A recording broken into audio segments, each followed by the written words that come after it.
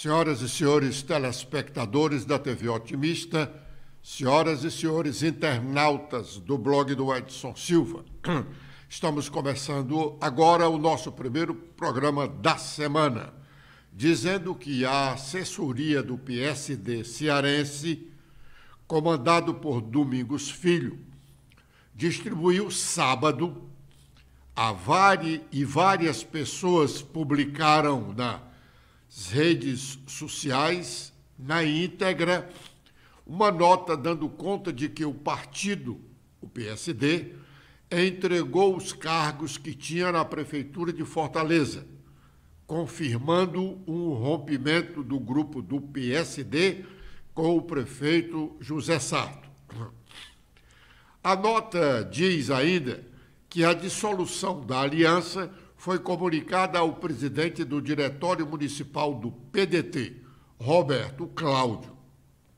O prefeito Sarto sequer atendia ligações telefônicas do presidente estadual do PSD, Domingos Filho, dizem correligionários dele. É evidente que a relação do prefeito Sarto, até mesmo com os aliados, difere do normal de todas as outras relações políticas entre correligionários. Mas, convenhamos, este argumento para o rompimento do PSD com o prefeito de Fortaleza é pueril. Domingos tem feito tudo para ser aceito no governo estadual, onde tenta chegar através do senador Camilo Santana e do presidente da Assembleia, deputado Evandro Leitão, e não tem sido fácil chegar lá, como já comentamos em momentos outros. A decisão do Supremo Tribunal Federal, ainda não anunciada oficialmente, de permitir que juízes podem decidir ações patrocinadas por advogados de escritórios de familiares, tem dado motivo a uma boa discussão desde o último fim de semana. Hoje, o jornal Estado de São Paulo trata deste assunto. Stephanie. Olá, Edson. Olá, internautas do blog do Edson Silva. O Estadão destaca que o Supremo Tribunal Federal formou maioria para flexibilizar regras de impedimento de juízes e liberar magistrados para julgar casos em que parentes sejam clientes de escritórios de cônjuge, parceiros e parentes. Até a noite de ontem, o placar estava de 6-4 no plenário virtual. A decisão beneficia os próprios ministros do STF, Gilmar Mendes, Cristiano Zanin, Dias Toffoli e Alexandre de Moraes são casados com advogadas. Já os ministros Luiz Roberto Barroso, Luiz Fux e Edson Fachin, por exemplo, são pais de advogados. A restrição foi criada na reforma do Código de Processo Civil para garantir a imparcialidade nos julgamentos e valia exclusivamente para processos patrocinados por outras bancas de advogados. Isso quer dizer que se o cliente tivesse alguma causa no escritório do parente do juiz, o magistrado estaria impedido de julgar qualquer ação dele. Bom, decisão.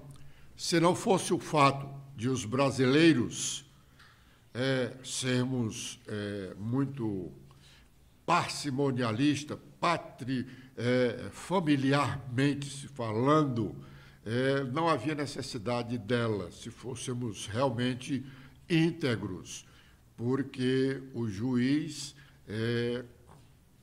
deve ser realmente independente, tratar a todos com igualdade. Mas, infelizmente, os escritórios de advocacia de filhos, familiares, de magistrados, em qualquer dos níveis da magistratura, são os primeiros procurados para a defesa de algumas questões, exatamente pela proximidade do advogado com o julgador. Eles não sabem fazer a diferença. O filho, a mulher, o parente não respeita o titular do cargo, nem o titular do cargo se respeita e atende, em alguns casos, é evidente, atende como não deveria atender aos seus parentes. Vide o problema que está acontecendo agora no Tribunal Regional Eleitoral com o processo de cassação dos deputados estaduais do PL, com a alegação do próprio PL de beneficiamento de um dos juízes que integra ou integrava um dos escritórios patrocinadores da ação contra os mandatos dos deputados do PL4 que foram cassados em razão de o partido não ter cumprido a lei de cotas, aquela lei que diz que cada partido tem que apresentar um mínimo de 30% de candidaturas femininas aos cargos proporcionais. Agora é o momento de sabermos quais as nossas manchetes. Letícia. Olá, Edson. Olá a todos que acompanham o nosso programa desta segunda-feira. Com as atualizações feitas no nosso blog, temos que Amarílio Macedo é contra incentivo e afirma: empresa que precisa de incentivo para sobreviver, seria melhor não existir. Para entender realmente o que é a fome, é preciso viver com os que sofrem com a fome renitente. Não se discute a importância de movimentos que buscam redução de desperdícios, sobretudo no item alimentos, mas todas essas iniciativas até agora têm funcionado apenas como anestésicos que produzem impactos sociais e temporais limitados. Este é um artigo do Empresário que está publicado no jornal Estado de São Paulo na edição de hoje, com o seguinte título: Fome, Desigualdade e Dinheiro Público. Também temos que o Superior Tribunal de Justiça define no dia 23 de agosto nomes de desembargadores que concorrem à vaga de ministro. A lista de candidatos às duas vagas destinadas a membros dos Tribunais de Justiça dos Estados tem 57 desembargadores, dentre os quais o Pleno vai escolher 4 em votação secreta. Dois dos candidatos são do TJCE, aqui do Tribunal de Justiça do Ceará, a desembargadora e ex-presidente Maria Nailde Pinheiro Nogueira e o desembargador Teodoro Silva Santos. Também temos que hacker presta um novo depoimento à Polícia Federal, que foi a segunda vez na semana passada, que o hacker da Vaza Jato depõe no âmbito das investigações sobre a suposta invasão aos sistemas do CNJ. E financiamento reforça o projeto de combate às fake news. Esse combate no Brasil ganhou um reforço pelo Observatório da Indústria de Desinformação e seu impacto nas relações de consumo. Esse projeto pioneiro desenvolvido pelo Laboratório de Estudos da Internet e Mídias Sociais da Escola de Comunicação da Universidade Federal do Rio de Janeiro, que vai receber um investimento de cerca de quase 2 milhões de reais. Agora, com os destaques nacionais, iniciando pelo Estadão, a principal manchete é que ex-governadores e viúvas milionárias elegem vulnerabilidade para pedir pensão de até 31 mil reais. Esse grupo de políticos da Paraíba e viúvas recorrem ao Supremo para voltar a receber esse benefício que foi suspenso em maio de 2020 durante a pandemia. Com os destaques do Globo, temos que o Ministério do Trabalho quer novo imposto sindical, obrigatório 3 vezes maior do que o extinto, e essa proposta prevê o teto de até 1% de contribuição sobre o rendimento anual do trabalhador brasileiro. E com as últimas agora da Folha de São Paulo, temos sobre a Procuradoria-Geral da República, que avalia vetar redes sociais de incitadores dos ataques do dia 8 de janeiro. O caso do STF caso o STF autorize esse acordo. A ideia é que medidas restritivas sejam suficientes para repreender infratores. E Lula prepara gesto de apreço a petista em ministério na mira do Centrão. O presidente quer lançar plano de combate à fome ao lado de Wellington Dias. Bom, agora é o momento de fazermos o nosso primeiro intervalo e já estaremos de volta com a sequência do nosso programa.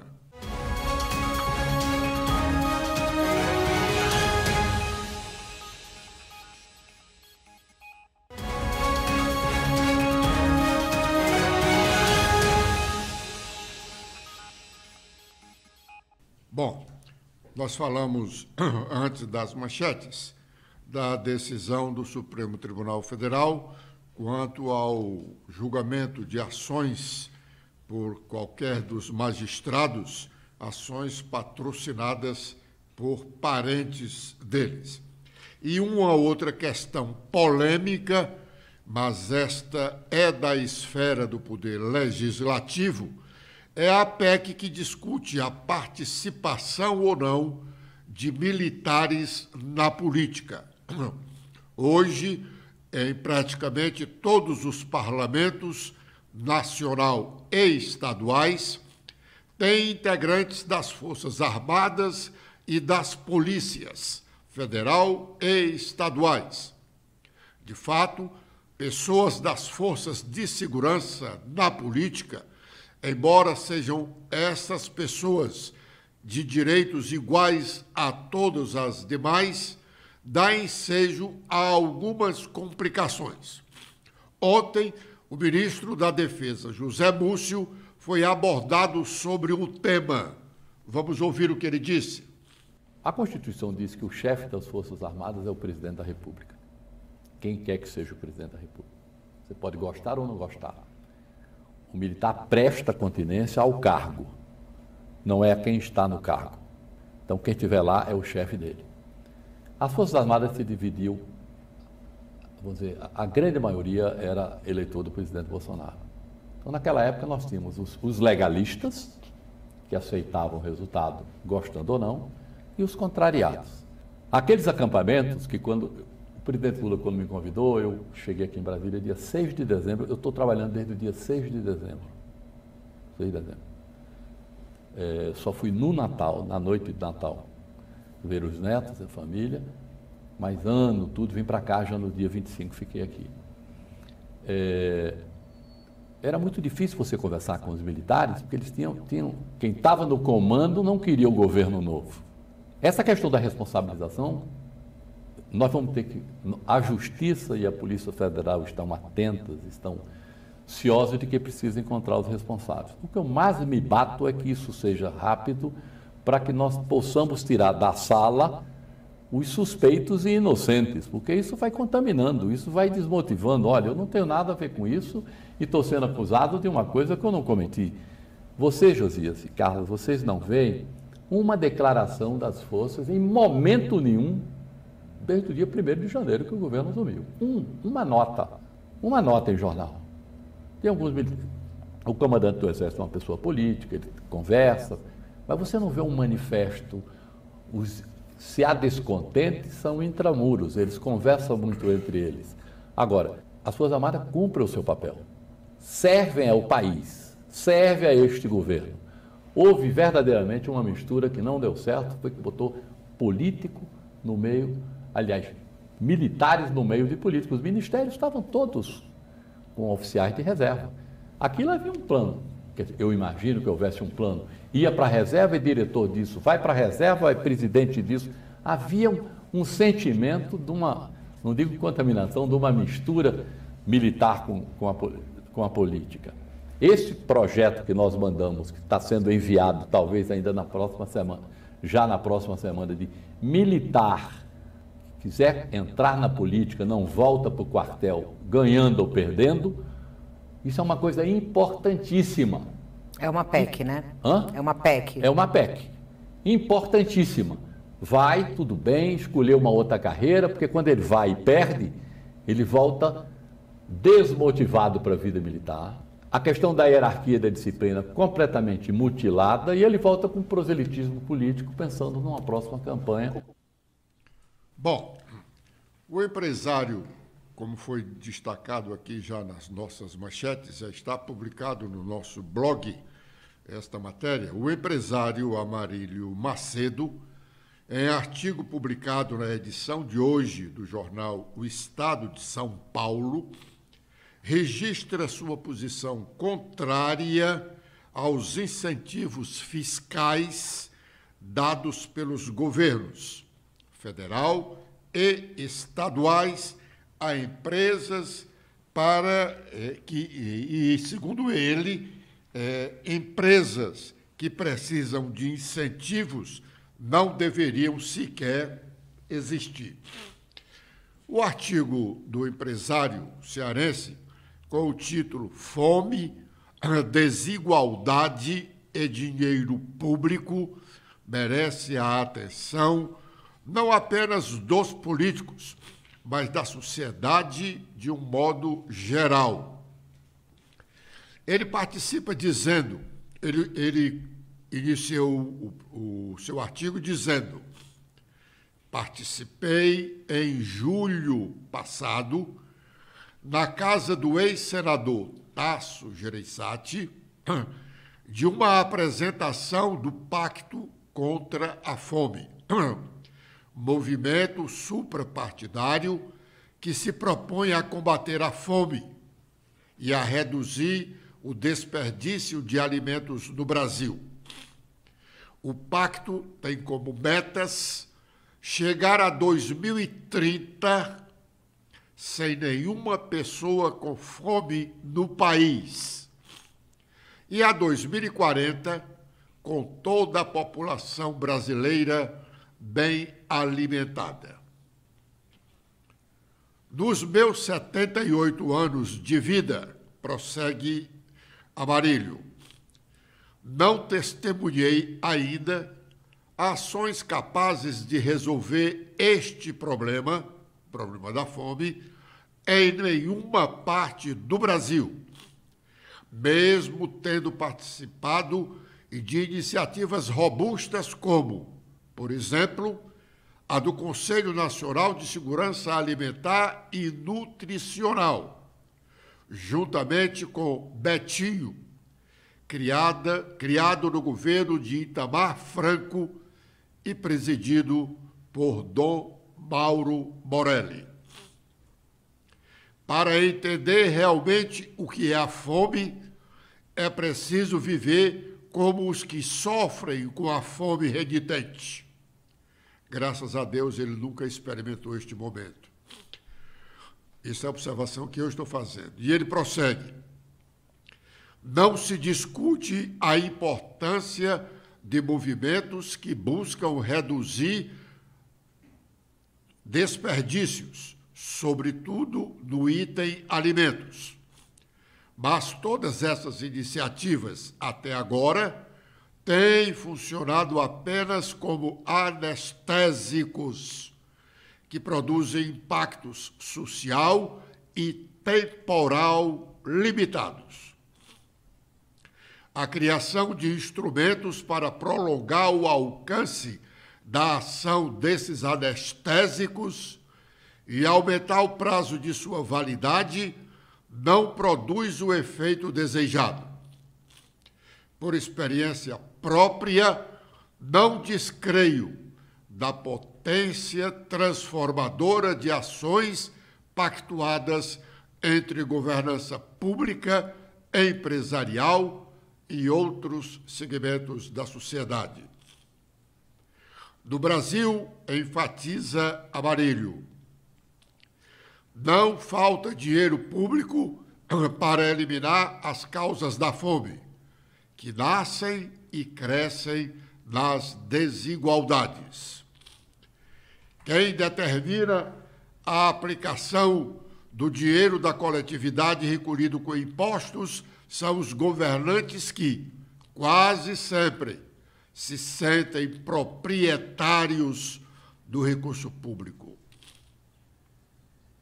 Há trabalhos que visam adimensionar os efeitos da carga tributária, publicando o peso dela incidente sobre alimentos e outros gêneros da cesta básica, considerados na abrangência do total da população. Estamos diante de um processo estruturante que tem possibilidade de tratar essas questões de forma permanente, que é a reforma tributária em curso no Congresso Nacional. A reforma tem tudo para ser uma oportunidade correta de contribuição para a redução das desigualdades e da fome no Brasil. É necessário interromper o desvio de dinheiro público para sustentar incentivos fiscais em benefício daqueles que não passam fome. É o argumento insidioso de dizer que empresas precisam de incentivos para assegurar sua sobrevivência. É vergonhoso admitir que o investimento só tem significado quando coloca no bolso do investidor um volume substancial de recurso público. No Brasil, ocorrem mudanças locacionais de indústrias para algumas regiões, cujo mercado primordial é o Sudeste-Sul, com o único objetivo de capturar incentivos fiscais tão elevados que o aumento do custo logístico perde relevância. E prossegue Amarildo. A experiência de incentivos fiscais foi testada durante muitas décadas por agências federais de fomentos, e dessa experiência só sobreviveram poucas empresas. Esse caminho foi potencializado com a substituição pelos incentivos fiscais regidos diretamente por governantes estaduais. Os incentivos passaram a ser acessíveis a toda empresa detentora de habilidade de convencer os falsos donos do dinheiro público a privilegiá-la. Esse destino do dinheiro público alcançou proporções muito maiores do que as oriundas das agências federais. E vai adiante o artigo importante do empresário cearense Amarílio Macedo. Vamos fazer mais um intervalo e já estaremos de volta com a última parte do nosso programa.